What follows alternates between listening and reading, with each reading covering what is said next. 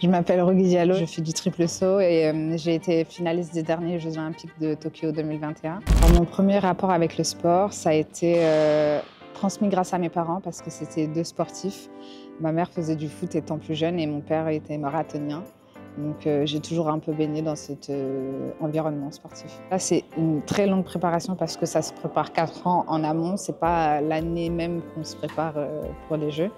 C'est un travail sur la longueur.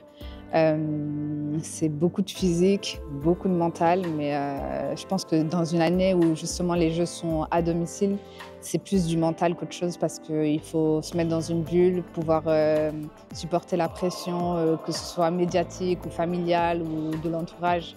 C'est pouvoir se mettre dans ce cocon pour pouvoir performer au maximum sans être submergé justement par l'environnement. Je pense que le fait de pratiquer un sport individuel, pour moi en tout cas, c'est ce qui m'a toujours convenu parce que je suis très solitaire. Je veux que je gagne ou que je perde, que toutes les responsabilités me reviennent à moi-même. Et je pense que c'est totalement un autre esprit dans les sports collectifs. Il faut avoir justement l'esprit d'équipe, pouvoir se reposer sur les autres.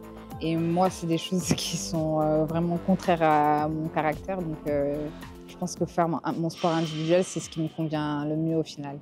Ce qui me permet de me sentir bien dans mon quotidien et qui me permet de jongler avec tout le reste, c'est vraiment me recueillir dans ma foi, pratiquer tous les jours. Et c'est important pour moi d'avoir ces moments-là pour me recentrer sur moi-même et permettre de prendre du recul sur tout le reste. En tant qu'athlète, ma plus grande fierté, ce serait ma résilience que j'ai eue tout au long de ma carrière.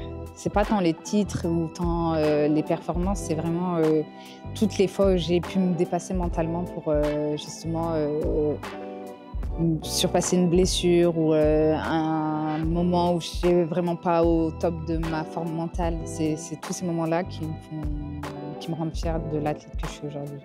Si je devais donner un conseil pour tous les jeunes qui veulent se lancer dans une carrière d'athlète de haut niveau, je leur dirais de foncer quoi qu'il arrive parce que c'est pas facile du tout. Faut pas croire de l'extérieur, c'est très beau, mais c'est vrai que le parcours qu'il y a derrière et les efforts à fournir sont immenses, mais de croire en leurs rêves et de foncer quoi qu'il arrive.